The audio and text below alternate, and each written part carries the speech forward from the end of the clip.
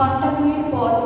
চেনা সাইকেল রিক্সার ঘন্টি ফিরে গেলে ভিজে মাধবীলতার বেড়া ঠেলে বড় কুণ্ঠিত ঢুকেছে পরীর দিদির দুর্গা। নিচের ঠোঁট কামড়ে অঢেল বর্ষায় পুষ্ট এক রাশ ডালপালা সরিয়ে ঘরের দাওয়ায় তার পা রাখার হয়ে উঠছে না। শুধু ভিজে চুল আর ডাগর চোখ মেলে শুনছে ছোট বোন পরি হারমোনিয়ামে আগমনী গাইছে। ওমা নাকি বড় কেঁদেছে। আজ সন্ধ্যেবেলায় বারোয়ারি প্যান্ডেলে জলসা হবে যে। পার্বতীপুরের শ্বশুর বাড়ির উঠোনে তার জলে ডোবা কাঠ শরীর সবে তোলা হয়েছে।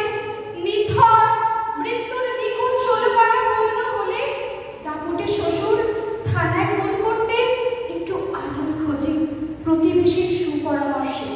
বাকিরা সব ভাগ্য প্রশ্নের মুখোমুখি হবে বলে খুঁটি সাজায় আত্মরক্ষার। পুরনো দিঘির কালো জল কোনো দাগ রাখেনি দুর্ভাবনাহীন শরীরটা। 27 বছরেও সন্তান না হওয়া দুর্গা। মেয়ে বাপের বাড়ি ফিরেছে, তবু ডালিমার পেয়ারার অগোছালো ডালপালা আড়াল সরাচ্ছে না কিছুতেই।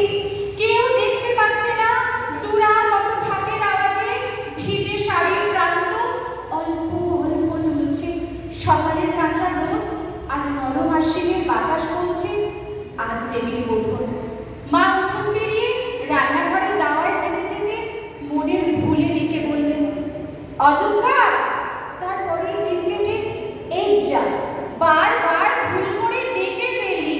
অপরি, পরিমা, তোর গান শেষ হলে তোর মোবাইলে একবার খবর পেত দিদির। সেই 1 সপ্তাহ আগে শেষ ফোন করেছে পুজো ঘন্টার দিন।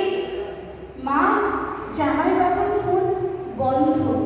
এই কথাটা বলতে দাওয়ার প্রান্তে দাঁড়িয়ে কি দেখেছিল পরি? ডালিমার পেয়ারার জড়াজড়ি ডালগুলো সকালের বাতাসে বড় বেশি নড়ছে। আশ্বিনের স্থির চিত্রে